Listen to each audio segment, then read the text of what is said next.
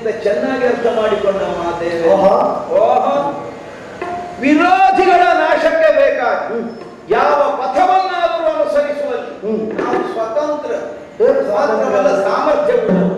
ನಾವು ಮಾಡಬಹುದಲ್ಲ, ಮಾಡಬೇಕು. ಅಲ್ಲದಿದ್ರೆ ನಾವು ರಾಕ್ಷಸ ಮುಂದಾದದಕ್ಕೆ ಯಾವುದನ್ನು ಮಾಡಬಹುದು? ವಿರೋಧಿಗಳನ್ನು ಗೆಲ್ಲುವುದಕ್ಕಾಗಿ ಮುಖಾಮುಖಿಯಾದಂತಹ ರಣವನ್ನಾದರೂ ಮಾಡಿ ಅಲ್ಲ ಮಧ್ಯದಲ್ಲೇ ರಣಕ್ಷೇತ್ರದಿಂದ ಮರೆಯಾಗಿ ಬೇರೆ ತಂತ್ರವನ್ನು ಹಿಡಿದೇವೆ. ಮಾಯ, ಮೋಸ, ಕಪಟ, ಇಂದ್ರಜಾಲ ಇದೆಲ್ಲ ನಮಗೆ ಇರುವುದು. ನಾವು ಮಾಡೋದಿಲ್ಲ, ಮತ್ತೆ ಬೇರೆ ಯಾರು ಮಾಡುವುದು? ಮಾಡಿ ಗೆಲ್ಲಬೇಕು. ಗೆಲ್ಲುವುದೇ ನಮಗೆ ಪ್ರಧಾನ. ಹೇಗೆ ಸಮುದ್ರ ತರಣವೇ ನಿನಗೆ ಪ್ರಧಾನ, ದಾರಿ ಯಾವುದಾದ್ರು ನಮಗೆ ಗೆಲುವೇ ಪ್ರಧಾನ. ಅದಕ್ಕೆ ಬೇಕಾಗಿ ಎಲ್ಲಿಯ ತನಕ ಕೇಳಿದರೆ ಪ್ರತಿ ಜಾನಕಿಯನ್ನು ಸೃಷ್ಟಿಸಬಲ್ಲೆ. ಹಾಗೆ ಮಾಡಿದ್ದೀರ, ಅಲ್ಲ ಕಡಿದೆವು, ಮರಣ ಮಾಡಿ ಗೆಲ್ಲುವುದಕ್ಕಾಯಿತೋ ಆಗುತ್ತಿತ್ತು. ನಮ್ಮ ಮರಣ ಪೂರ್ಣವಾಗದ ಹಾಗೆ ಅದನ್ನು ಭಂಗಪಡಿಸಿದ್ದರ ಹಿನ್ನೆಲೆಯಲ್ಲಿರುವ ಉದ್ದೇಶ ಎಂತದ್ದು? ಪೂರ್ಣ ಆದರೆ ನಾವು ಅಜೇಯರನ್ನುವಂತಹ ಆತಂಕ ಇದ್ದದ್ದರಿಂದ ಅಲ್ವಾ? ಹಾಗಿದ್ರೆ ನಮ್ಮದ್ದಾದ ರಣಮಾರಣವಾಗಲಿ ಅಥವಾ ರಣಮಧ್ಯದಲ್ಲೇ ಪ್ರತ್ಯೇಕವಾದ ಮಾರಣವಾಗಲಿ ಇದರ ಮೂಲಕವಾಗಿ ನಾವು ಅಜೇಯರಾಗುತ್ತೇವೆ ಅನ್ನುವುದನ್ನು ನೀವು ಅರಿತಿರುವುದರಿಂದಲೇ ಅದಕ್ಕೊಂದು ಪ್ರತಿಬಂಧಕವನ್ನು ಒಡ್ಡಬೇಕಾದಂತಹ ಸನ್ನಿವೇಶವನ್ನು ನೀವು ಸ್ವೀಕರಿಸಿದ್ದೀರಿ. ಹಾಗಿದ್ರೆ ಗೊತ್ತುಂಟು, ಯಾವ ವಿಧದಿಂದಲಾದರೂ ರಾಕ್ಷಸರು ಗೆಲ್ಲುವುದಕ್ಕೆ ಸರ್ವಕಾಲದಲ್ಲೂ ಸಮರ್ಥರಿದ್ದಾರೆ. ಆದ್ದರಿಂದ ಈಗಲಾದರೂ ಅಷ್ಟೇ ನಿನ್ನನ್ನು ನಾಶ ಮಾಡಬೇಕು ಅಂತಾದ್ರೆ ಏನು ಬೇಕಾದರೂ ಮಾಡಿ. ಇದೇ ವಿದ್ಯೆ ಅಲ್ವಾ? ಇದೇ ವಿದ್ಯೆ. ಈ ರೀತಿಯ ವೇದ್ಯಗಳು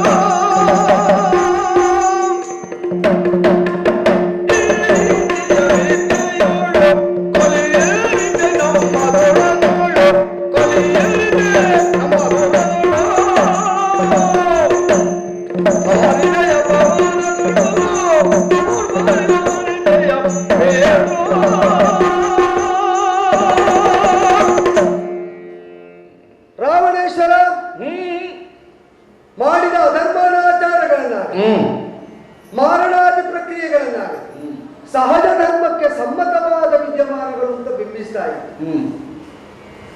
ನಿಮ್ಮೊಳಗಿನ ಆಚಾರ ವಿಚಾರಗಳು ಕೌಟುಂಬಿಕವಾಗಿಯೋ ಸಾಮಾಜಿಕವಾಗಿಯೋ ನಿಮ್ಮ ಪರಿಧಿಯ ಒಳಗೆ ಇರ್ತಾ ಇದ್ದರೆ ಅದು ಆಕ್ಷೇಪಾರ್ಹವಾಗಬೇಕಾದಂತೆ ಯೋಚನೆ ಮಾಡಿ.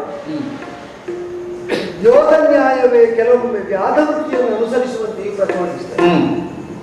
ಈಗ ಯೋಧರಾದವರು ತನ್ನಂತೆಯೇ ಕವಚನಿಬದ್ಧರಾಗಿ ಶಿರಸ್ತ್ರಾಣವನ್ನು ಹೊಂದಿ ಆಯುಧಪಾಣಿಗಳಾಗಿ ಮುಖಾಮುಖಿಗಳಾದವರು ಹೊಡೆಯುವುದಕ್ಕೆ ಅಂತವರೇ ಕೆಲವೊಮ್ಮೆ ಕಾಡಿನ ಒಳಹೊಕ್ಕು ಆಯುಧ ಇಲ್ಲದಂತಹ ತಮ್ಮ ಆಹಾರವನ್ನು ಅನ್ವೇಷಿಸುವಂತಹ ಪ್ರಾಣಿಗಳನ್ನಾದರೂ ಹೊಡೆಯುವುದು ಯಾಕೆ?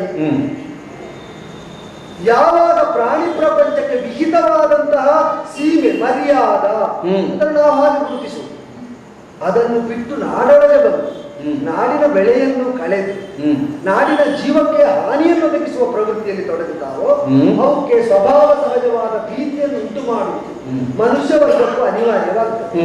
ಆಗ ಯೋಧನಾದವನು ವ್ಯಾಧಮುಕ್ತಿಯನ್ನು ಅನುಸರಿಸ್ತಾ ಮೃಗಯ ಅದನ್ನು ವ್ಯಸನವಾಗಿಸಕೂಡದು, ಕರ್ತವ್ಯವಾಗಿ ರಾಜನಾದವನಿಗೆ ಅನುಷ್ಠಾನೀಯವಾಗದು. ಅಲ್ಲಿಗೆ ಅದು ಹೋಗಿ ಹೊಡೆಯುತ್ತೇವೆ.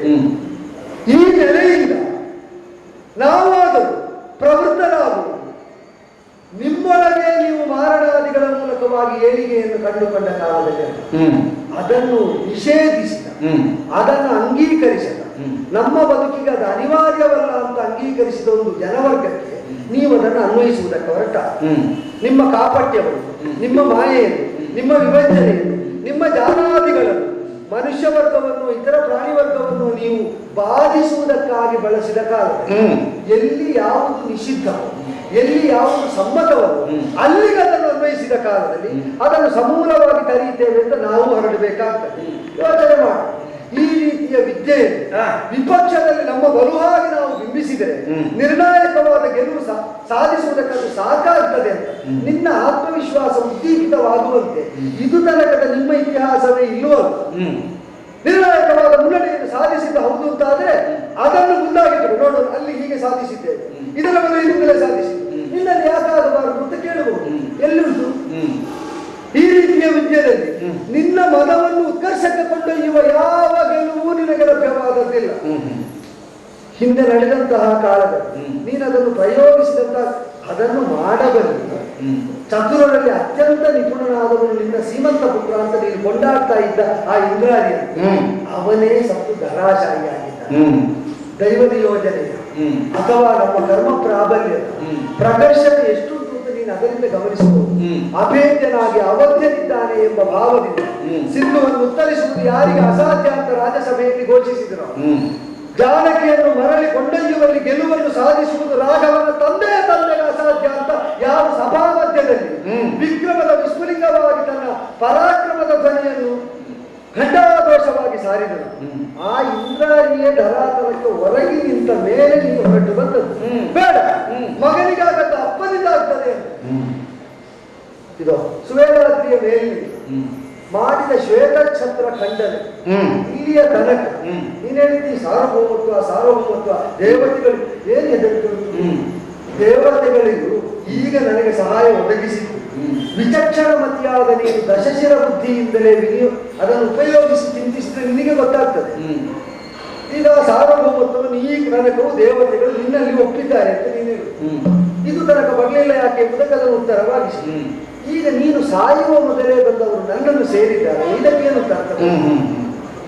ಈಗ ನಿನ್ನ ಸಾರ್ವಭೌಮತ್ವವನ್ನು ಪರಮಾರ್ಥವಾಗಿ ಅವರು ಅಂಗೀಕರಿಸಿದ್ದು ಹೌದಾದ್ರೆ ನೀ ಸಾಯುವ ತನಕ ಕಾಯಬೇಕಾದ್ರೆ ನಿನ್ನ ಸಾರ್ವಭೌಮತ್ವವನ್ನು ಅಂಗೀಕರಿಸಿ ನಿನಗಧೀನರಾಗಿದ್ದುಕೊಂಡು ನಿನ್ನ ಕಡೆಗಣ್ಣ ಸೂಚನೆ ಏನುಂಟು ಅದನ್ನು ಅನುಸರಿಸುವ ಪದ್ಧತಿ ಇದ್ದ ದೇವತೆಗಳು ಈಗ ಸ್ವಾಮಿ ದ್ರೋಹಿಗಳಾಗುವುದಕ್ಕೆ ಹೊರಟು ಅಂತ ಹೇಳ್ತೀಯ. ಯುದ್ಧದಲ್ಲಿ ಗೆದ್ದು ಸ್ವರ್ಗಾಧಿಪತ್ಯವನ್ನು ಸ್ಥಾಪಿಸಿದ ರಾವಣನಿಗೆ ವಿಧ್ವಂಸಕ ಪ್ರವೃತ್ತಿಯಿಂದ ವಿದ್ರೋಹ ಪ್ರವೃತ್ತಿಯನ್ನು ತೋರ್ತಾ ಇಲ್ಲಿಗೆ ಬಂದದ್ದು ಅಂತ ಹೇಳ್ತೀಯ. ಹೇಳುವುದಕ್ಕೆ ಸಾಧ್ಯ ಇಲ್ವಲ್ಲ. ಹಾಗಾದರೆ ಯೋಧನಾದವನಿಗೆ, ಹೋರಾಟಗಾರನಾದವನಿಗೆ, ಸಾಧಕನಾದವನಿಗೆ ಸೋಲಿ ಆಗುವುದು ಪ್ರಯತ್ನ ಪೂರ್ಣ ಆಗುವ ಮೊದಲೇ ಫಲಿತಾಂಶ ಗೊತ್ತಾಗುವುದು. ನಿನ್ನ ಅತ್ಯಂತ ದೊಡ್ಡ ಸೋಲಿದ್ದು ನೀನು ಸೀತಾವ್ಯಾಜದಲ್ಲಿ ತೊಡಗಿ ನೀನು ಬದುಕಿರುತ್ತ ನಿನ್ನ ವಿರೋಧಿಗಳಿಗೂ ಫಲಿತಾಂಶ ಏನು ಅಂತ ಸ್ಪಷ್ಟ ಆಗಿದೆ. ಇವಾಗ ಗೆಲ್ಲುತ್ತಾನೆ, ಗೆದ್ದೇ ತೀರ್ತಾನೆ ಅಂತ ಒಂದದ್ದರಿಂದಲೇ ಅವರನ್ನು ಸ್ವೀಕರಿಸಿದ್ದರಿಂದ ನನಗೆ ವಿಶೇಷ ಸಹಾಯ ಸಿಕ್ಕಿದ ಹಾಗೂ ಆಗುವುದಿಲ್ಲ. ಅವರ ಸಹಾಯದಿಂದಲೇ ನಿನ್ನನ್ನು ನಾನು ಗೆದ್ದಂತೆಯೂ ಆಗುವುದಿಲ್ಲ. ಈ ಸಮಾಧಾನ ನನಗುಂಟು. ಯಾಕೆ? ಅವರು ಬರಬೇಕಾದ್ರೆ ನಿನ್ನ ಸೋವು ಸಾವು ಸುನಿಶ್ಚಿತ ಅಂತ ಮನಗಂಡ ಮೇಲೆ ಬಂದದ್ದರಿಂದ. ಹಾಗಾದ್ರೆ ಮನಗಂಡ ಮೇಲೂ ಯಾಕೆ ಬಂದರು? ಭಾವನಾತ್ಮಕವಾದ ಒಂದು ಕಾರಣಕ್ಕೂ ಆಗ್ತದೆ. ಈಗ ರಾಜ ನಿತ್ಯ ಕಿರೀಟ ಧರಿಸ್ತಾನೆ, ಆದ್ರೆ ಕಿರೀಟ ಧಾರಣ ವೈಭವದ ಉತ್ಸವ ರಾಜನಿಗೆ ವಾರ್ಷಿಕವಾಗಿ ಒಮ್ಮೆ ಆಗ್ತದೆ. ಮನೆ ದೇವರು ನಿತ್ಯ ಪೂಜಾರ್ಹರೇ ಆಗ್ತದೆ. ವಿಶೇಷ ಪೂಜೆ ಮನೆಯ ದೇವರಿಗೆ ವರ್ಷಕ್ಕೊಂದಾವರ್ತಿ ಆಗ್ತದೆ. ಈಗ ನಿತ್ಯ ಪೂಜೆ ಮಾಡುವವರಿಗೆ ಮತ್ತೆ ವರ್ಷಕ್ಕೊಂದಾವರ್ತಿ ಯಾಕಾಗುವುದು? ಅದು ವಿಶಿಷ್ಟವಾಗಿ ತಮ್ಮ ಭಾವವನ್ನು ಭಕ್ತಿಯನ್ನು ಪ್ರಕಟಿಸುವಂತಹ ದಿನ, ಸಮಯ, ಸನ್ನಿವೇಶ ಎಂಬ ಭಾವಾನುಸಂಧಾನ. ಇದು ಹಾಗೆ ರಾಮಕೃತ್ಯದ ಕುರಿತಾಗಿ ಪೂರ್ವದಿಂದಲೇ ಅವರಿಗೆ ಅನುಮೋದನೆ ಇತ್ತು. ರಾವಣ ಸಾಯುವ ಕಾಲದಲ್ಲಿ ಪರೋಕ್ಷ ಪ್ರಿಯರಾದವರು ಹೀಗೂ ಪ್ರಕಟವಾಗಿ ಪರೋಕ್ಷವಾಗಿ ಒಂದು ಸಂದೇಶವನ್ನು ನಿನ್ನಂತವರಿಗೆ ಕೊಡುವುದಕ್ಕೆ ಬಯಸಿದ್ದಾರೆ. ಆದ್ದರಿಂದ ಬಂದಿದ್ದಾರೆ ಅಂತ ನಾನು ತಿಳಿದದ್ದು. ಆದರೆ ನನ್ನನ್ನು ವಿರೋಧಿಯಾಗಿ ಹೊಂದಿದ ನೀನು ದೇವತೆಗಳನ್ನು ನನ್ನನ್ನು ಗೆಲ್ಲುವಲ್ಲಿ ಮಾರಣವನ್ನು ವಿನಿಯೋಗಿಸಿಯೋ ಯೋಧನ್ಯಾಯದಿಂದ ಎದುರಾಗಿ 3 ಬಾರಿ ಸೋತಿದ್ದು ಶ್ವೇತಛತ್ರ ಖಂಡನ ಆಗಿದೆ. ನಿನ್ನನ್ನೇ ಮುಖಾಮುಖಿಯಾದ ಕಾಲದಲ್ಲಿ ಹಿಮ್ಮೆಟ್ಟಿಸಿ ಜೀವ ಸಹಿತವಾಗಿ ಬಿಟ್ಟಿದ್ದೆ. ಮತ್ತೊಮ್ಮೆ ನಿನ್ನ ಸಾರಥಿಯೇ ಮೂರ್ಛಿತನಾದಂತಹ ನಿನ್ನನ್ನು ನನ್ನ ಎದುರು ಭಾಗದಿಂದ ಎಲ್ಲೋ ದೂರಕ್ಕೆ ಸೆಳೆದೊಯ್ದು ನಿನಗೆ ಶೈತ್ಯೋಪಚಾರವನ್ನು ಮಾಡಿ ಮತ್ತೆ ನೀನು ಚೇತರಿಸಿಕೊಳ್ಳುವಂತೆ ಮಾಡಿ ಒಂದು ಉಸಿರಾಡುವ ಜೀವಂತ ಉಳಿಯುವ ಹಾಗೆ ಮಾಡಿದ್ದಾನೆ. ನಿನ್ನನ್ನೇ ನಿನ್ನ ಅಂತಃಪುರದ ತನಕ ಈಗ ಮಾರ್ಗಣದ ಮಾರ್ಗದಲ್ಲಿ ಹಾರಿಸಿ ಕಳುಹಿಕೊಟ್ಟಿದ್ದೇನೆ. ಹಾಗಿರುವಾಗ 3 ಬಾರಿ ಈ ಹಿಂದೆ ಸೋತರು ಇನ್ನು ಯಾವ ಗೆಲುವನ್ನು ನಿರೀಕ್ಷಿಸಿ ಯಾವ ಮಾರ್ಗದಲ್ಲಿ ಹೇಗೆ ಮಾಡುವ ವಾಕ್ಯಕ್ಕೆ ಅಸ್ತಿತ್ವವೇ ಇಲ್ಲದೆ ಹೋಗಿದ್ದು. ನೀನು ಹೇಳಿದ ಮಾತು ಕೇಳಿದ್ದು ಒಂದು ಸಲ ಆಗಿ ಹೋದಲ್ಲಿಗೆ ಮುಗಿದು ಹೋಯಿತು ಅಂತ ಭಾವಿಸಬೇಕಾದದ್ದಲ್ಲ. ಹಾಗೆ ಯೋಚಿಸುವುದಾದರೆ ಸೋಲು ನಿನ್ನ ಪಕ್ಷಕ್ಕೂ ಬಾರದೇ ಇದ್ದದ್ದೇನು ಅಲ್ವಲ್ಲ. ಸಮಸ್ತರು ಧರೆಯಲ್ಲಿ ಹೊರಗಿರುವಂತಹ ಸನ್ನಿವೇಶವನ್ನು ಅನುಭವಿಸಿದ್ದೀರಲ್ಲ. ಒಮ್ಮೆ ಸರ್ಪ ನಾಗಾಸ್ತ್ರದ ಮೂಲಕವಾಗಿ ಬಂಧಿಸಲ್ಪಟ್ಟಿದ್ದೀರಿ, ಮತ್ತೊಮ್ಮೆ ಬ್ರಹ್ಮಾಸ್ತ್ರದ ಮೂಲಕವಾಗಿ ಕಟ್ಟುವಡೆಯಲ್ಪಟ್ಟಿದ್ದೀರಿ. ನನ್ನ ಶಕ್ತಿಯಾದ ಪ್ರಯೋಗಕ್ಕೆ ನಿನ್ನ ತಮ್ಮನಾದ ಲಕ್ಷ್ಮಣ ಪ್ರಾಣ ಕಳ್ಕೊಂಡು ತನಗೆ ಬಂದಿದ್ದಾನೆ. ಅದರ ಅರ್ಥ ನಿಮಗೆ ರಾಮ ಸೋತ ಅಂತಲ್ಲ. ಒಪ್ಪಿಯ ನೀನು ಯುದ್ಧವನ್ನು ಸೋಲಲ್ಲಿ ನಿಂತು ಸೋಲನ್ನು ಸಮರ್ಥಿಸಿಕೊಂಡು ಗೆಲ್ಲಬಲ್ಲೆ ಅಂತ ಹೇಳುವುದು ಬೇರೆ. ಸೋಲು ಆವರಿಸಿದ ಸ್ಥಿತಿಯಲ್ಲಿ ಆ ಸೋಲನ್ನು ನಿವಾರಿಸಿಕೊಂಡು ಗೆಲುವಿನ ಪಥಕ್ಕೆ ಮರಳಿ ನಿಂತು ನಾ ಗೆಲ್ಲಬಲ್ಲೆ ಅಂತ ಹೇಳುವುದು ಬೇರೆ. ಸೋಲು ಅಂತ ನೀವು ಭ್ರಮಿಸಿದ ಸನ್ನಿವೇಶಗಳನ್ನು ಉತ್ತರಿಸಿ ಎದುರಿಸಿ ಗೆದ್ದು ನಿಂತ ನೆಲೆಯಲ್ಲಿ ರಾಮನಾಡಿದ ಮಾತಿದ್ದು. ಸೋತೆ ಸೊರಗುತ್ತಾ ಇರುವ ನಿನ್ನ ಪಾಳೆಯದ ನೇತಾರನಾಗಿ ನೀನಾಡ್ತಾ ಇರುವ ಮಾತಿದ್ದು. ನಿನ್ನ ಮಾತಿಗೆ ಮೌಲ್ಯ ಬರಬೇಕು ಅಂತಾದ್ರೆ ಗೆಲ್ಲುವ ಚಾತು ಉಂಟು ಅಂತ ಈಗ ಅಲ್ಪಕಾಲಿಕವಾಗಿ ಆದರೂ ಸಾಧಿಸಿ ತೋರಿಸಬೇಕು. ಒಂದು ಕ್ಷಣದ ಸೋಲಿನ ಮೂಲಕವಾಗಿ ದಶಕಂಠ ಸೋಲ್ತಾನೆ ಅಂತ ಅರ್ಥ ಅಲ್ಲ. ಆತ್ಮಬಲ ಖುಷಿಯದೇ ಇರುವವನಿಗೆ ದಶಕಂಠ ಅಂತ ಹೆಸರು. 33 ಬಾರಿ ಸೋಲಿಸಿದ್ರು. ನಿನಗೆ ಹೋಟೆಲ್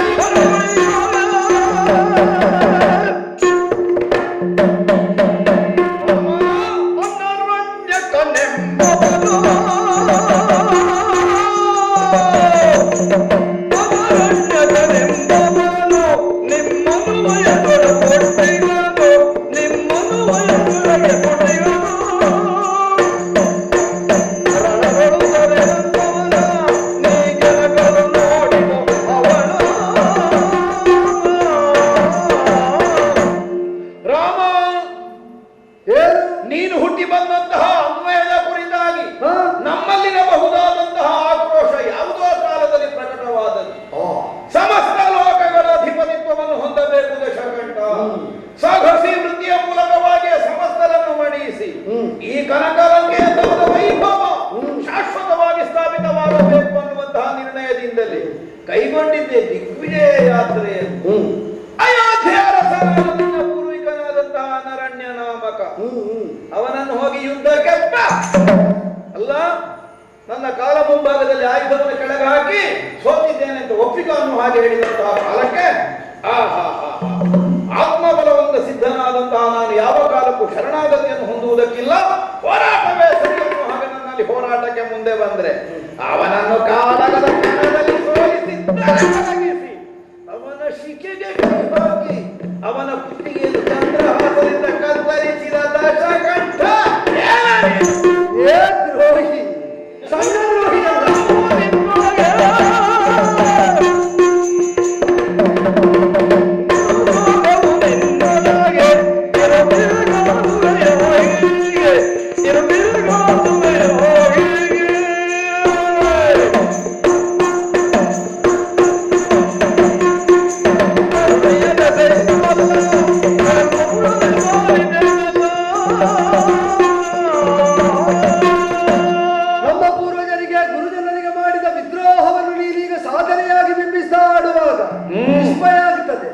ನಿನಗೆ ವೇದಶಾಸ್ತ್ರಾದಿಗಳ ಜ್ಞಾನ ಉಂಟು, ಪುರಾಣ ಇತಿಹಾಸಗಳ ಅರಿವುಂಟು.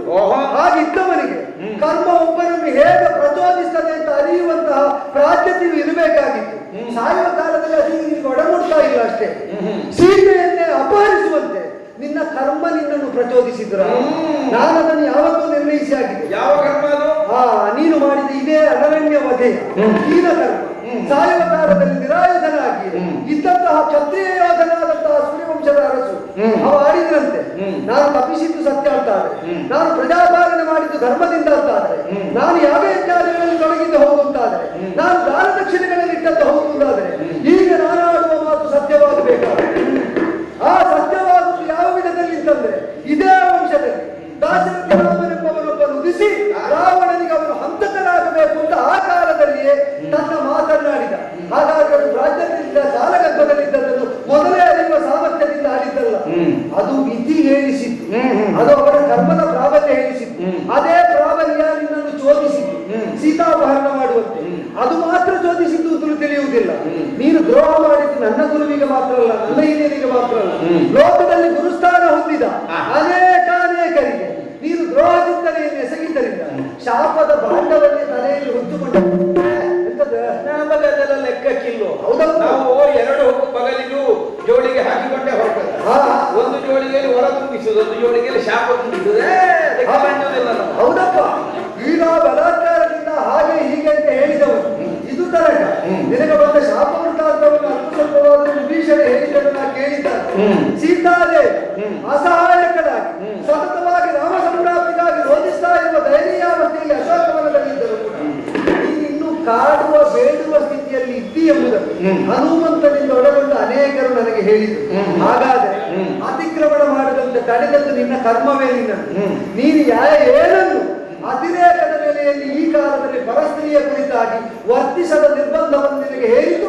ನಿನಗಿದ್ದ ಶಾಪತಾಪಗಳೇ ನಿನಗೆ ಲೋಕಾನುಭವ ಶೃಂಗಾರವು ಬಹಳ ಕಡಿಮೆ. ಏನು ಕೇಳಿ? ಶೃಂಗಾರವನ್ನು ಬೇಡಿ ಪಡೆದರೆ ಇರಬಹುದಾದಂತಹ ಒಂದು ರಸಾಸ್ವಾದವೇ ಬೇರೆ. ಮತ್ತೆ ನೀನು ಬದುಕಿನಲ್ಲಿ ಮಾಡಿದ ಬಲಾತ್ಕಾರಗಳಿಗೆಲ್ಲ ಏನಂತ ರಸಾನುಭವ ಇಲ್ಲದಿದ್ದಾಗ ಮಾಡಿದ್ದು ಬೇಡಿ ಕಾಡಿ ಪಡೆಯುವುದು ಹೌದಾದರೆ ಒಬ್ಬಾಕೆಯನ್ನು ವಿಭಸನಗೊಳಿಸಿ ಭೋಗಿಸುವುದಕ್ಕೆ ಹೊರಟಾಗ ಸಿಕ್ಕಿದ ಶಾಪ, ಮತ್ತೊಬ್ಬಳು ತನ್ನನ್ನು ತಾನೇ ಸುಟ್ಟುಕೊಳ್ಳುವಂತೆ ನೀ ಬಲಾತ್ಕರಿಸುವುದಕ್ಕೆ ಮುಂದಾದಾಗ ಸಿಕ್ಕಿದ ಶಾಪ. ಈಗ ಬೇಡಿದಾಗ ಪಡೆಯುವ ಸುಖವೇ ಪರಮ ಸೌಖ್ಯವಾದ ಮತ್ತೆ ಬಲಾತ್ಕಾರ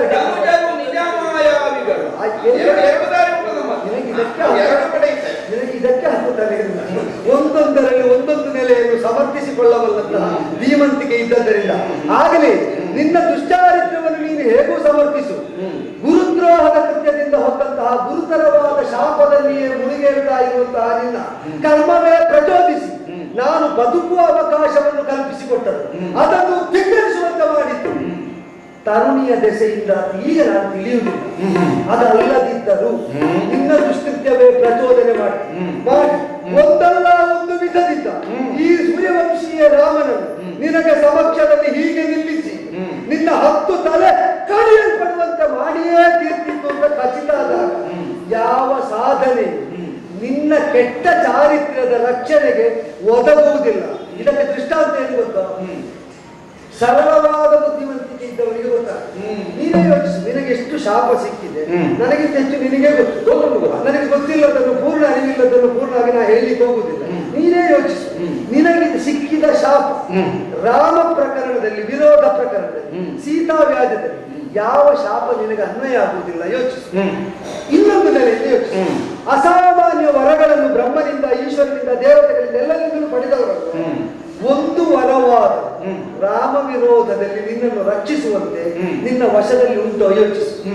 ಎಲ್ಲ ಶಾಪಗಳು ರಾಮ ವಿರೋಧಕ್ಕಾಗುವಾಗ ನಿನಗೆ ಅನ್ವಯ, ಎಲ್ಲ ವರಗಳು ಕೂಡ ನಿಷ್ಪ್ರಭವಾಗ್ತದೆ, ನಿಸ್ತೇಜವಾಗ್ತದೆ ರಾಮ ವಿರೋಧ ಮಾಡುವಾಗ. ಇದು ನಿನ್ನ ಕರ್ಮ ನಿನ್ನನ್ನು ಮುಳುಗಿಸಿತು, ನನ್ನ ಕರ್ಮ ನನ್ನನ್ನು ಏರಿಸಿತು. ಸರಿಯಾಗಿ ನಡೆದವರಿಗೆ ಬದುಕೇ ವರ ರಾಮ, ತಪ್ಪಾಗಿ ನಡೆದವರಿಗೆ ಬದುಕೇ ಶಾಪ.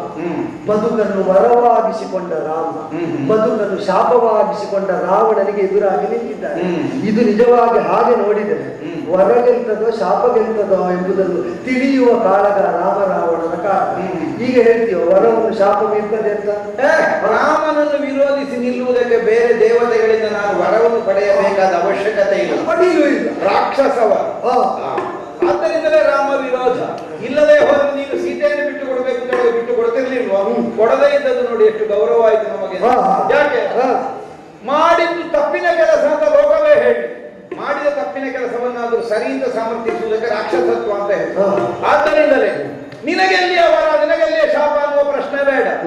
ರಾಮರೂಪದಿಂದ ಬಂದ ಶಾಪವನ್ನು ಪರಿಹರಿಸಿ ರಾಮನಿಗೆ ಈ ತನಕ ಬದುಕಿನಲ್ಲಿ ಒದಗಿ ಬಂದಂತಹ ಜೀವನ ಅನ್ನುವಂತಹ ವರಕ್ಕೆ ನಾನೇ ಶಾಪವಾಗಿ ಪರಿಣಮಿಸಿ ನಾನು ಪ್ರಯೋಗಿಸಿದ ಅಸ್ತ್ರಗಳಲ್ಲಿದ್ದ ಮಂತ್ರಬಲ, ನನ್ನ ತೋಳಲ್ಲಿದ್ದ ನನ್ನ ದೇಹಬಲ ಅಲ್ಲ, ನಾನು ಅರಿತ ವಿದ್ಯೆಯ ಬಲ, ಇದೆಲ್ಲದರ ಜೊತೆ ನಿನ್ನ ಕರ್ಮ ಬಲವಾಗಿ ನನ್ನ ಸಹಾಯಕದಲ್ಲಿ ತುಂಬಿರುವಾಗ ನಿನ್ನ ಕರ್ಮಕ್ಕೆ ಬೇಕಾದ ಗತಿಯನ್ನು, ಅದು ಯಾವ ದುರ್ಗತಿ ಆದ್ರೂ ಸರಿ, ಅದನ್ನು ಹೊಂದದಂತೆ ನಿನ್ನನ್ನು ಯಾರು ತಡೀತಾರೆ ನನಗೂ ನೋಡ್ತೀನಿ. ತಲೆಯನ್ನು ಸ್ವಯಂ ಕಡಿದುಕೊಂಡದರ ನೋವನ್ನು ಅನುಭವಿಸಿದವ ನಾನು. ಇನ್ನೊಬ್ರು ತಲೆ ಕಡಿಯುತ್ತಾರೆ ಅಂತ ಹೆದರಿಕೆ ಮುಂದೆ ನನಗೆ ತಲೆ ಕಡಿಸಿಕೊಂಡು ಬಂದುಂಟು.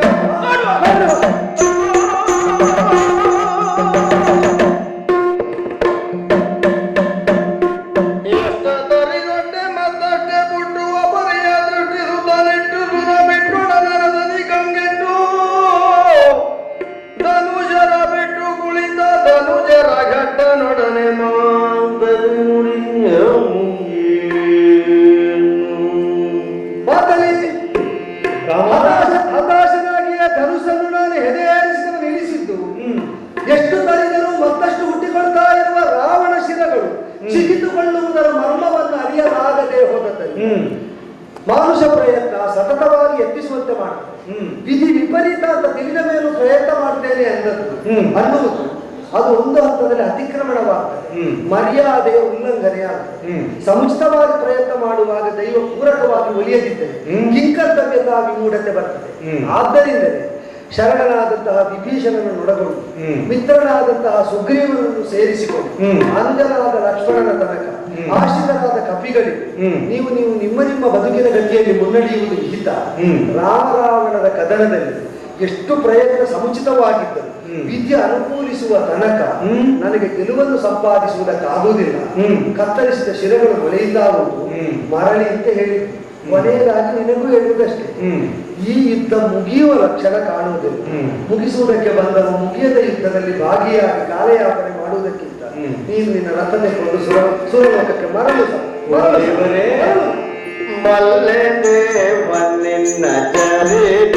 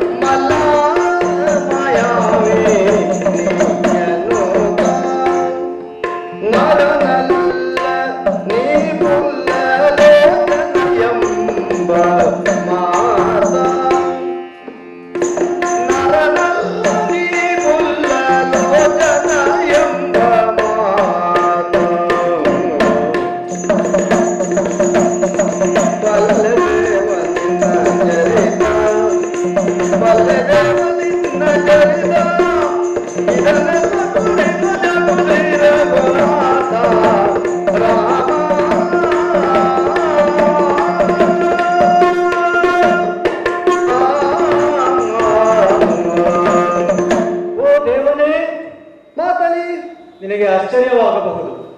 ಇಷ್ಟು ಹೊತ್ತು ನಿನಗೆ ರಾಮ ರಾಮ ಎಂದು ಸಂಬೋಧಿಸುತ್ತಿದ್ದವರು ಈಗ ಒಮ್ಮಿನ್ನೊಮ್ಮೆ ದೇವನೇ ಎಂದು ಸಂಬೋಧಿಸುತ್ತಿರಬೇಕು. ಕಾರಣ ಉಂಟು. ಇಷ್ಟು ಹೊತ್ತು ಯುದ್ಧವನ್ನು ಸಾಕ್ಷಿಯಾಗಿ ನೋಡಿದವನು ನಾನು. ಸರಿ ರಾಮ, ನೀನು ಮಾನವೀಯ ಮನಸ್ಸಿನಿಂದ ಆಚೆ ಬಾ. ನೀನು ದೇವನಲ್ಲ, ನೀನು ನರನಲ್ಲ, ನೀನು ದೇವ. ಸುಜನ ರಕ್ಷಕ ವಿಶ್ವಂಭರ ನೀನು, ಲಕ್ಷ್ಮೀ ಪತಿ ನೀನು. ಹಾಗಾಗಿ ನೀನು ಈಗ ಮಾನವೀಯ ನೆಲೆಯಲ್ಲಿ ನೀನು ಯುದ್ಧವನ್ನು ಕೈಗೊಂಡರೆ ಯಶಸ್ಸು ಬಹುಶಃ ಸಾಧ್ಯವಾಗದು. ಹಾಗಾಗಿ ನೀನು ದೇವನಾಗಿ ಇಗೋ ಅಗಸ್ತ್ಯ ಮುನಿಗಳು ನಿನಗೆ ಮಂತ್ರೋಪದೇಶವನ್ನು ಮಾಡುತ್ತಿದ್ದಾರೆ, ಆದಿತ್ಯ ಹೃದಯವನ್ನು ಪಠಿಸುತ್ತಿದ್ದಾರೆ. ಹಾಗಾಗಿ ಬ್ರಹ್ಮಾಸ್ತ್ರವನ್ನು ತೆಗಿ ಆ ರಾವಣನನ್ನು ಸಂಹರಿಸು. ರಾಮ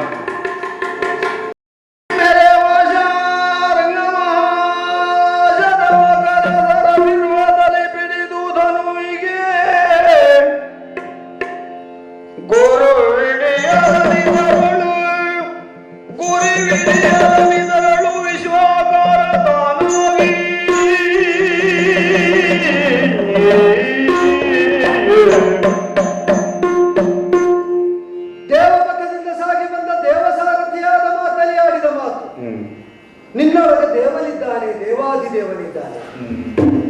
ನರಭಾವದಿಂದ ದಾಶರಥಿ ರಾಮನಾಗಿಯೇ ನನ್ನನ್ನು ನಾವು ಗುರುತಿಸಿಕೊಂಡು ಬದುಕಿನ ಈಯ ತನಕ ಮುನ್ನಡೆದು ಬಂದಿರುವಾಗ ಒಮ್ಮೆಲೆ ನೀ ದೇವ ಅಂದರೆ ನನ್ನ ನೆಲೆ ಬದಲಿಸುವುದಕ್ಕುಂಟೆ. ಆ ಕಾಲದಲ್ಲಿ ನೆಲೆ ಬದಲಾಗುವಂತಹ ಒಂದು ಔನ್ನತ್ಯವನ್ನು ಸಿದ್ಧಿಸುವಂತೆ ಮಂತ್ರೋಪದೇಶ ಮಾಡುವುದಕ್ಕೆ ಕುಂಭಸಂಭವರಾದ ಮಹರ್ಷಿ ಅಗಸ್ತ್ಯರು ಬಂದರು.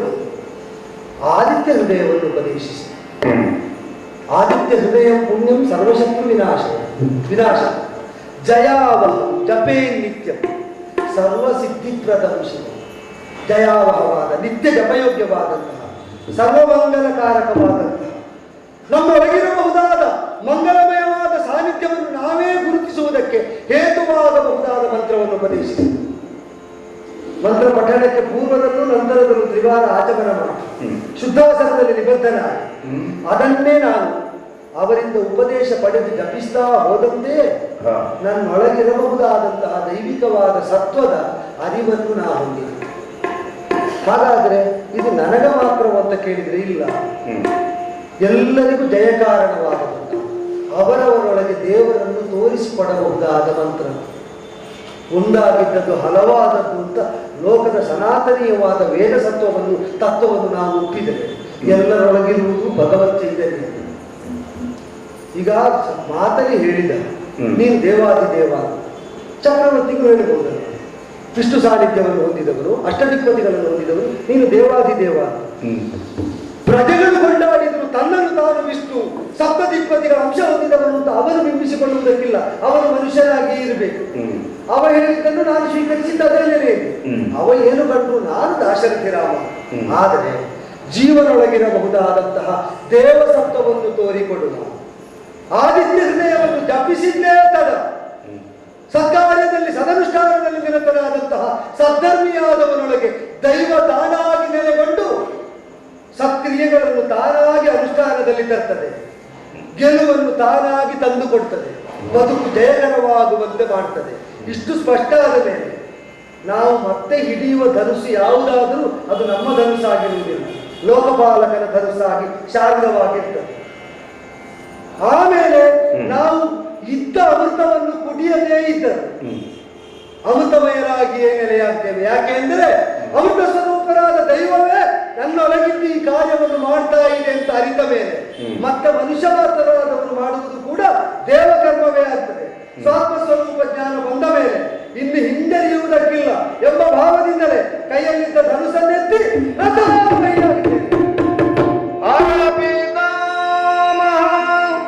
ಸೌರಭ ಮನು ಮುನಿವರನು ರೇ ಬ್ರಹ್ಮಾಂಡ ಕೋಟಿಯ ಹರ ಪಿತಾಮಹ ಸೌರಭ ಮನು ಮುನಿವರನು ರೇ ಬ್ರಹ್ಮಾಂಡ ಕೋಟಿಯ ಧರಿಸಿರುವ ಶ್ರೀ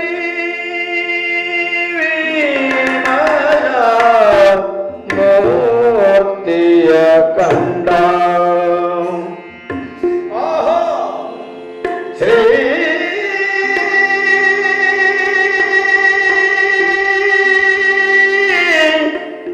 ವಿಮಲ ಮೂರ್ತಿಯ ಕಂಡ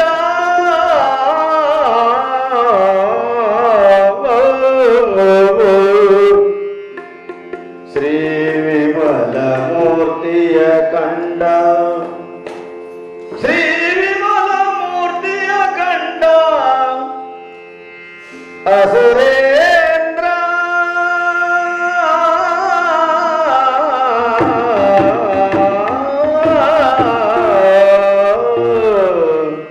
ಕಂಡನು ದಶವದನ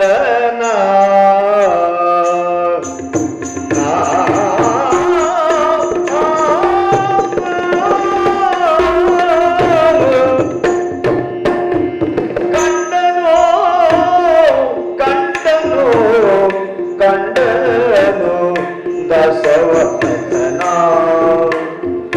ಕಂಡನು ಕಂಡನು ಕಂಡನು ದಶವದನ ಕೋದಂಡ ರಾಮನ ಕೋದಂಡ ರಾಮನ ಕಂಡನು ಕಂಡನು ಕಂಡನು ಕಂಡನು ಕಂಡನು ದಶವದನ ಕೋದಂಡ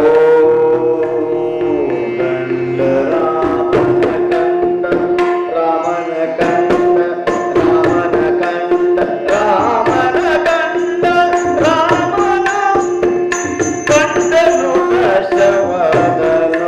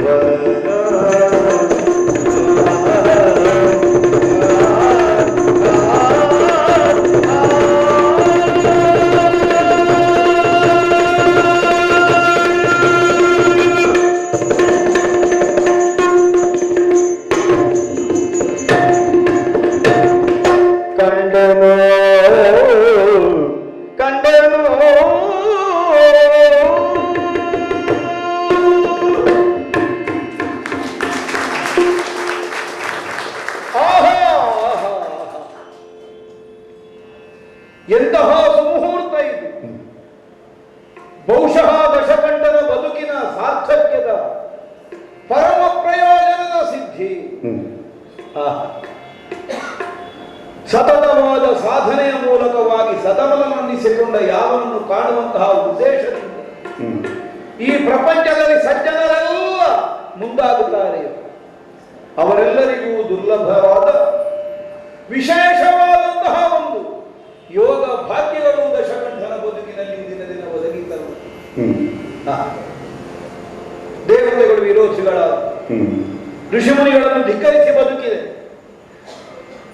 ಸಾತ್ವಿಕರಾದ ಪತಿವ್ರತೆಯರಾದಂತಹ ಅನೇಕ ನಾರಿಯರನ್ನು ಕೆಣಕಿದೆ. ಸಜ್ಜನ ಸ್ವಭಾವದಿಂದ ಬದುಕುತ್ತಿದ್ದಂತಹ ಮಂದಿಗಳನ್ನೆಲ್ಲ ದಮನಿಸಿದೆ.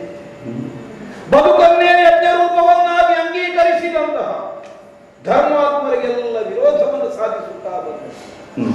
ಆದರೆ ಅವರೆಲ್ಲರ ಅಂತರಂಗದ ಆಶಯ ಸಾಕಾರವಾಗಿ ರಾಮಾಭಿಮಾನದಿಂದ ಈ ಧರೆಯಲ್ಲಿ ರೂಪುಗೊಂಡು ವ್ಯವಹರಿಸುತ್ತಾ ಮುಂದೆ ಬರುವುದಕ್ಕೆ ಮೊದಲಾಯಿತು. ಒಂದು ವೇಳೆ ನಾನು ಅಂತಹದನ್ನೆಲ್ಲ ಮಾಡದೇ ಇರುತ್ತಿದ್ದೆ, ಇಂತಹ ಒಂದು ಸ್ವರೂಪವನ್ನು ಕಾಣುವುದಕ್ಕೆ ಸಾಧ್ಯವಾಗುತ್ತಾ ಇದ್ದೆ. ವೈಕುಂಠ ಲೋಕದಲ್ಲಿ ಜಯ ವಿಜಯರಾಗಿದ್ದಂತಹ ಕಾಲಕ್ಕೆ ಪಾಲನಾಧಿಕಾರಿಯಾದ ಲೋಕಾಧ್ಯಕ್ಷನನ್ನು ಕಂಡವರೇ. ಆದರೆ ಇಂದಿನ ದಿನ ಕಾಣುತ್ತಿರುವುದು ಕೇವಲ ವೈಕುಂಠ ಲೋಕದಲ್ಲಿ ನಮಗೆ ಕಾಣಿಸಿಕೊಳ್ಳುತ್ತಿರುವಂತಹ ವಿಷ್ಣು ಸ್ವರೂಪವಲ್ಲ.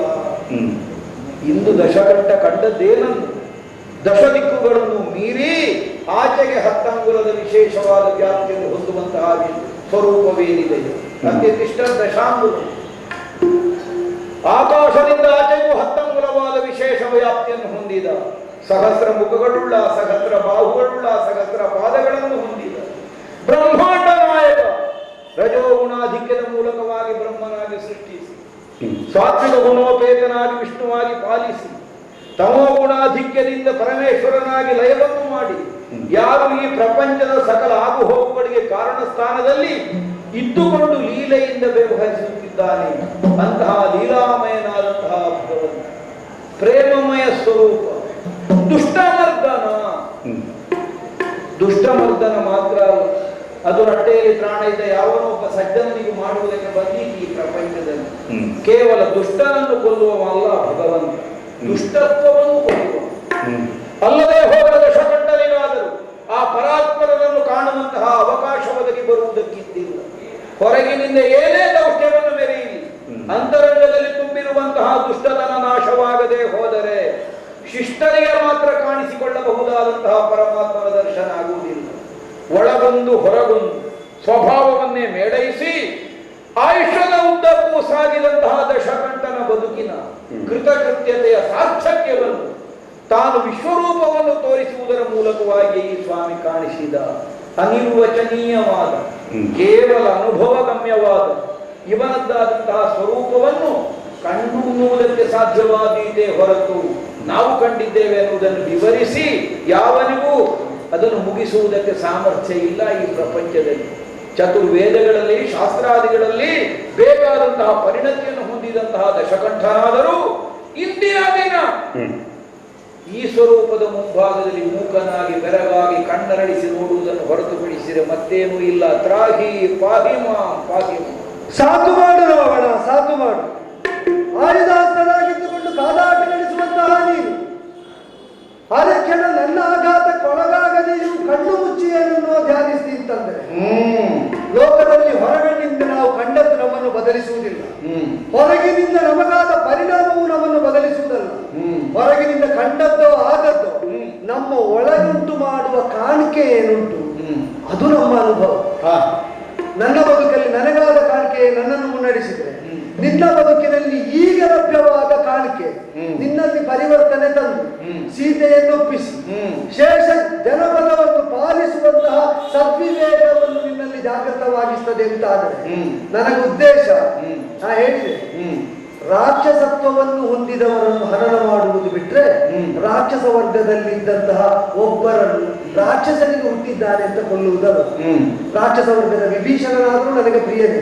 ವಿಭೀಷಣನಿಗೆ ಅಣ್ಣನಾಗಿ ಬದುಕುತ್ತಿ ಅಂತಾದರೆ ಈಗಲೂ ಬದುಕಿಸಬಲ್ಲೆ. ಒಪ್ಪಿಸಿಯ ಸೀತೆಯನ್ನು. ವಿಭೀಷಣನಂತವನಿಗೆ ಅಣ್ಣನಾಗಿ ಬದುಕಿದ್ದಲ್ಲ, ರಾವಣನ ತಮ್ಮನಾಗಿ ವಿಭೀಷಣನಂತವನಿಗೆ ಬೆಳೆಯುವುದಕ್ಕೆ ಅವಕಾಶ ಕೊಟ್ಟ ರಾವಣ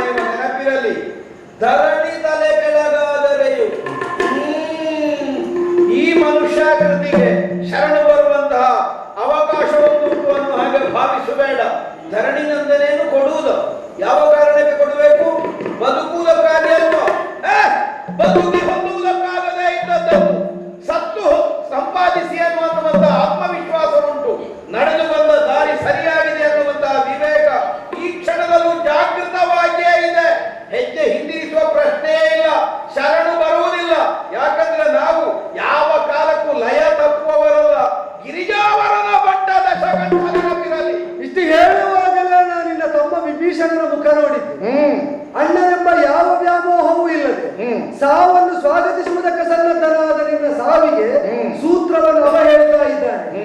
ಅನುಗ್ರಹಿಸುವ ನೆಲೆಯೆಡೆಗೆ ಪರಿಹಾಸದ ನೋಟವನ್ನು ಬೀರಿ ನಂದಿಯಿಂದಲೇ ಶಬ್ದನಾಗಿ. ಆ ನಂದಿಯ ಶಾಪ ಏನನ್ನು ಸೂಚಿಸ್ತದೆ? ಬದುಕಿನ ಪರಮ ಸಂಪ್ರಾಪ್ತಿಯನ್ನು ಯಾವ ಕೈಲಾಸಾಚಾರದ ಒಡೆಯಲಿಂದ ನೀ ಹೊಂದಿದೆಯೋ ಅಲ್ಲಿ ತೋರಿದ ನಿನ್ನ ದುರ್ವೃತ್ತದ ಪರಿಣಾಮವಾಗಿ ಅದು ಆ ಎದೆಗೇ ಬಿಡಬೇಕಂತೆ, ಬ್ರಹ್ಮಾಸ್ತ್ರವನ್ನು ಬಿಡಬೇಕಂತೆ. ಬಿಡುವ ಬ್ರಹ್ಮಾಸ್ತ್ರ ನಿನ್ನದ್ದಾಗಿರಬಹುದು ರಾಮ, ಆದರೆ ತಾಗಬೇಕಾದ ತಾಣ ಯಾವುದು ಅನ್ನುವುದನ್ನು ನಿರ್ಣಯಿಸಿದವ ದಶಕಂಠ. ಆ ತಾಣಕ್ಕೆ ತಾಗುವುದಕ್ಕೆ ಬ್ರಹ್ಮಾಸ್ತ್ರವೇ ಯಾಕಾಯಿತು ಅಂತಂದರೆ ಇದು ಬ್ರಹ್ಮದತ್ತವಾಗಿ ಇಂದ್ರನಿಗೆ ಸಿಕ್ಕಿದ ಅಸ್ತ್ರ. ಅಗಸ್ತ್ಯ ಮೂಲಕವಾಗಿ ನನಗೆ ಬಂದದ್ದು ಸ್ವರ್ಣಮುಖಾಂಕಿತವಾದದ್ದು. ಯಾಕೆ ಅಂದರೆ ಸುಮನಸ ವಿರೋಧಕ್ಕೆ ಆತ್ಯಂತಿಕವಾದ ಜಯ ಸಿಕ್ಕುವುದಿಲ್ಲ. ಇಂದ್ರ ಸೋತ ಅಂತ ಆಗುವುದು ಯಾವಾಗ ಗೊತ್ತೋ, ಇಂದ್ರನಿಗೆ ಸಿಕ್ಕಿದ ಈ ಅಸ್ತ್ರ ಬಿಟ್ಟ ಮೇಲೂ ಕೂಡ ನೀನು ಗೆದ್ದರೆ ಬದುಕಿದರೆ ಅದು ಇಂದ್ರನ ಸೋಲು. ಇಂದ್ರನ ಶಕ್ತಿಯ ಅಂಶವಾದರೂ ಉಳಿದಿರುತ್ತ. ನೀನು ಗೆದ್ದದ್ದು ಗೆಲುವಲ್ಲ, ಲೋಕದ ಆತ್ಯಂತಿಕ ಗೆಲುವು ಸುಮನಸರಿಗೆ ಎಂಬುದನ್ನು ಸಾರುವುದಕ್ಕೆ ಸುಮನಸಾಧಿಪತಿಗೆ ಪ್ರದತ್ತವಾದಂತಹ ಈ ಮಹತ್ತರವಾದ ಅಸ್ತ್ರವನ್ನು ನಿನ್ನ ವಕ್ಷಸ್ಥಲಕ್ಕೆ ಗುರಿ ಇಟ್ಟು ಹೊಡೆಯುವಾಗ ತಡೆಯುವ ಸಾಮರ್ಥ್ಯ ಯಾವುದುಂಟು ನೋಡು. ಲೋಕವನ್ನೇ ಗಮನಿಸಿದ ಕಾರ್ಪಣ್ಯವುಳ್ಳ ದಶಕಂಠನ ಎದೆಯನ್ನು ಭೇದಿಸಿದರೆ ಅದು ಸುಮನ ಶಾಸ್ತ್ರ ಅಂತ ನಾನು ಒಪ್ಪಿಕೊಳ್ತೇನೆ. ಇದು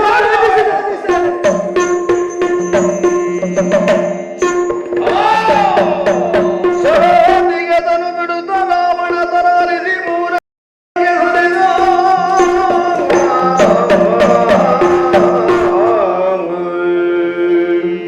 ಮಹಾವಿಪ್ಲವ ಘಟಿಸಿದ ಮೇಲೆ ಉಳಿಯುವಂತಹ ಪರಮ ಶಾಂತಿಯನ್ನೇ ಈಗ ತ್ರಿಕೂಟಾಚಲ ಮಧ್ಯಸ್ಥಿತವಾದ ಸ್ವರ್ಣಲಂಕೆ ಅನುಭವಿಸ್ತಾ ಉಂಟು. ಒಂದು ಹಂತದಲ್ಲಿ ಸತ್ತು ಬಿದ್ದ ಹೆಣದತ್ತ ವಿಮುಖನಾದ ವಿಭೀಷಣನನ್ನು ಮರಣದೊಂದಿಗೆ ವೈರವು ಸತ್ತಿತು ಅಂತ ತಿಳಿದು ಅಂತ್ಯ ಸಂಸ್ಕಾರಕ್ಕೆ ಪ್ರಚೋದಿಸಿದ್ದೇನೆ. ರಣದಲ್ಲಿ ಸತ್ತವರಿಗೆ ಕ್ಷತ್ರಿಯರಾಗಲಿ ಲೋಕಪಾಲಕರಾದಂತಹ ಪ್ರಭುಗಳಾಗಿ ಪೀಠ ಏರಿದವರಾಗಲಿ ಸೂತಕವನ್ನು ಆಚರಿಸುವುದಕ್ಕಿಲ್ಲ. ಆದ್ದರಿಂದಲೇ ಅವನಿಗಿದ್ದ ಔಪಚಾರಿಕ ಸಂಸ್ಕಾರ ಮಾಡಿದ ಮೇಲೆ ಸಂತ್ರಸ್ತರಾದ ಸ್ತ್ರೀಯರನ್ನು ಸಮಾಧಾನಗೊಳಿಸ್ತಾ ನವವನಿತೆಯಂತೆ ಲಂಕೆಯನ್ನು ಸಿಂಗರಿಸಿ ಧರ್ಮಾಧಿಪತ್ಯಕ್ಕೆ ಪೀಠಾಭಿಷೇಕವನ್ನು ಮಾಡಬೇಕು.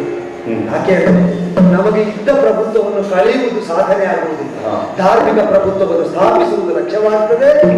ರಾವಣನ ಲಂಕೆಯು ವಿಭೀಷಣನ ಧರ್ಮ ಸಾಮ್ರಾಜ್ಯ ಆದಲ್ಲಿಯೇ ವಿಧಿಗೆ ನಾವು ನ್ಯಾಯ ಕೊಟ್ಟಂತ ಆಗ್ತದೆ, ಧರ್ಮಕ್ಕೆ ತಪ್ಪದವರಿಗೆ ಗೆಲುವು ಸಿಕ್ಕಂತ ಆಗ್ತದೆ, ಸೀತಾ ಸಂಪ್ರಾಪ್ತಿಯ ಸಂಭ್ರಮ ಉದ್ದೀಪಿತವಾದಂತಾಗುತ್ತದೆ. ಸಾಗಲಿ ಈ ಧರ್ಮಾಭಿಯಾನ ಮುಂದೆ ಸಾಗಲಿ. ಲೋಕಕ್ಕೆ ರಾಮ ನಿನ್ನ ನಂಬಿದೆ, ರಾಮ ನಿನ್ನ ಎಲ್ಲ ಕೊನೆಯ ಕಾಲದಲ್ಲಿ ಏನೇನಿದೆ ಅಂತ ನೋಡ್ಲಿಕ್ಕೆ ಎಕ್ಸ್ರೇ ನಕ್ಷಕಿರಣ ಡಾಕ್ಟರ್ SR ಅವರು ನಮ್ಮ ಜೊತೆಗಿದ್ದಾರೆ. ಇದರ ಮಧ್ಯದಲ್ಲಿ ಪ್ರಸವ ವೇದನೆ ಬಂದಾಗ ಡೆಲಿವರಿ ಮಾಡುವಂತ ಡಾಕ್ಟರ್ ಪೂರ್ಣಿಮಾ ಮತ್ತು ಸುಬ್ರಾವ್ ಕೂಡ ನಮ್ಮ ಜೊತೆಗಿದ್ದಾರೆ. ಡಾಕ್ಟರ್ ಸುರೇಶ್ ಬಾಬು ಅವರು ಬಂದಿದ್ದಾರೆ. ಅವರಿಗೆ ನಮ್ಮ ಹಿರಿಯರಾದಂಥ ಶ್ರೀಯುತ ತಿಮ್ಮಪ್ಪಣ್ಣನವರು ಒಂದು ಮಾಲಾರ್ಪಣೆ ಮಾಡಿ ಅವರನ್ನು ಗೌರವಿಸಬೇಕು ಎಂಬುದಾಗಿ ಕೇಳಿಕೊಡ್ತಾನೆ. ಡಾಕ್ಟರ್ ಸುರೇಶ್ ಬಾಬು ಅವರು ದಯವಿಟ್ಟು ಬನ್ನಿ. ಇದು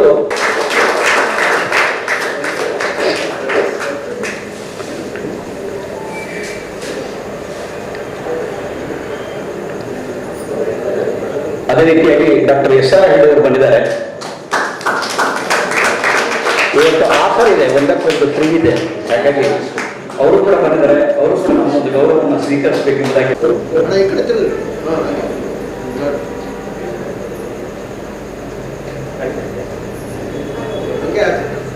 ಬ್ರಹ್ಮಚೈತನ್ಯ ಮಂದಿರದ ಪರವಾಗಿ, ಹವ್ಯಕ ಸಂಘದ ಪರವಾಗಿ ಅವರಿಗೆ ಇದೊಂದು ಪ್ರಸಾದ ಅಷ್ಟೇ.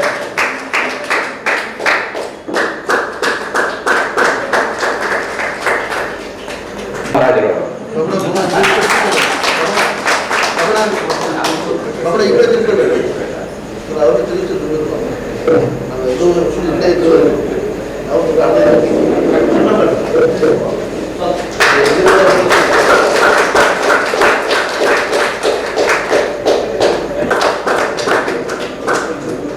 ಸ್ವಲ್ಪ ಸೈಡ್. ಅದೇ ರೀತಿಯಾಗಿ ವಾಸ್ತವ ರಂಗಭಟ್ರವರು. ಅವ್ರಿಗೆ ಯಾವ್ಯಾವ ವಿದ್ಯೆಗಳು ಗೊತ್ತಿಲ್ಲ ಅಂತ ನಮ್ಗೆ ಡೌಟ್ ಇದೆ. ಅವ್ರು ಆಕ್ಚುಲಿ ವಕೀಲರು, ಬಟ್ ರಿಜಿಸ್ಟ್ರೇಷನ್ ಮಾಡಲಿಲ್ಲ. ಅವ್ರು ಸೌಂಡ್ ಸಿಸ್ಟಮ್ ಎಕ್ಸ್ಪರ್ಟ್, ಒಳ್ಳೆ ಹಾಡುಗಾರರು, ಒಳ್ಳೆ ತಬಲಾಗಿ, ಎಲ್ಲ ಕೆಲಸಗಳನ್ನು ಮಾಡ್ತಾರೆ. ಏನೂ ಇಲ್ಲ. ಅದೇ ರೀತಿಯಾಗಿ ವೃತ್ತಿಯಲ್ಲಿ ಜ್ಯೋತಿಷಿ ಗೌರವಿಸ್ತಾ ಇದ್ದಾರೆ.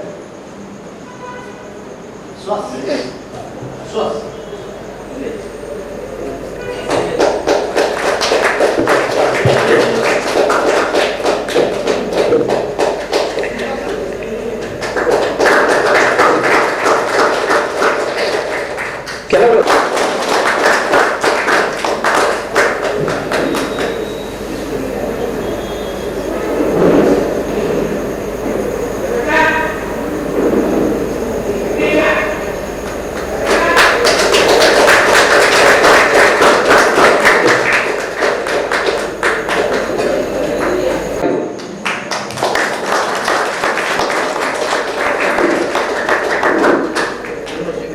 ಅವರಿಗೆ ಈ ಸಂದರ್ಭದಲ್ಲಿ ವಿಶೇಷವಾದ ಕೃತಜ್ಞತೆಗಳನ್ನು ಹೇಳ್ತೇನೆ. ನಿನ್ನೆ ಮೊನ್ನೆ ಈ ಜೊತೆಗೆ ನಮ್ಮ ಮಾಧ್ಯಮ ಮಿತ್ರರು, ಆರಕ್ಷಕ ವಿಭಾಗದವರು ಹಾಗೂ ಇನ್ನು ಹೆಗಲಿಗೆ ಹೆಗಲು ಕೊಟ್ಟು ದುಡಿದು ಈ ಕಾರ್ಯಕ್ರಮವನ್ನು ಯಶಸ್ವಿಗೊಳಿಸಿದ್ದಾರೆ. ಅದೆಲ್ಲದಕ್ಕಿಂತ ವಿಶೇಷ ಏನಂತಂದ್ರೆ, ಒಂದು ಪಾವಿನ ಅನ್ನವ 1000 ಮಂದಿ ಉಣಿಸಿದಂಥ ಬ್ರಹ್ಮಚೈತನ್ಯರ ಸನ್ನಿಧಿಯಲ್ಲಿ ಇದು ನಡೆದಿದೆ. ಪ್ರಾಯಶಃ ಇಬ್ಬರು ಗುರುಗಳು ಇಲ್ಲಿ ನೋಡಿಕೊಂಡು ಈ ರಾಮನ ವಿಜಯವನ್ನ ಹಾಗೂ ತನ್ನ ತಾರಕ ಜಪ ಇಂಥ ವ್ಯಕ್ತಿಗೆ ಖಂಡಿತವಾಗಿ ಖುಷಿ ಪಡುವಂಥ ಜೀವ. ಹಾಗಾಗಿ ಗೋಂದಾವಳಿ ಕ್ಷೇತ್ರದಲ್ಲಿರುವಂಥ ಶ್ರೀಯುತ ಬ್ರಹ್ಮಚೈತನ್ಯರು ರಾಮನಾಮವನ್ನು ಜಗತ್ತಿಗೆ ಪ್ರಸಾರ ಮಾಡಿದಂಥ ಬ್ರಹ್ಮಚೈತನ್ಯರ ಹಾಗೂ ಶ್ರೀರಾಮನ ಪಾದಗಳಿಗೆ ಇದನ್ನ ಸಮರ್ಪಣೆ ಮಾಡಿ ಪ್ರತ್ಯಕ್ಷವಾಗಿ ಪರೋಕ್ಷವಾಗಿ ಸಹಕರಿಸಿದ ಎಲ್ಲರಿಗೂ ಕೂಡ ಇನ್ನೊಮ್ಮೆ ಮತ್ತೊಮ್ಮೆ ಧನ್ಯವಾದಗಳನ್ನು ತಿಳಿಸ್ತಾ, ಇದೀಗ ಕೊನೆಯದಾಗಿ ರಾಮನಾಮ ಹಾಗೂ ಗುರುಗಳಿಗೆ ಒಂದು ಮಂಗಲದ ಆರತಿ ಭಜನೆಯೊಂದಿಗೆ ಭಾಗವತ ಮತ್ತು ನಡೆಸಿಕೊಡ್ತಾರೆ. ನಾವೆಲ್ಲ ಅಲ್ಲಿಗೆ ಹೋಗಬೇಕು. ನಂತರ ಮಹಾಪ್ರಸಾದವನ್ನು ಸ್ವೀಕರಿಸಿ ಮುಂದಿನ ವರ್ಷ ಮತ್ತೆ ಸಿಗೋಣ ಅಂತ ಹೇಳ್ತದ ಭದ್ರ ಶುಭ ಮಂಗಲ ಎಲ್ಲರಿಗೂ ಒಳ್ಳೆಯದಾಗಲಿ. ಎಲ್ಲರೂ ದಯವಿಟ್ಟು ಪ್ರಸಾದ ಸ್ವೀಕರಿಸಬೇಕು, ಸ್ವೀಕರಿಸಬೇಕೆಂದು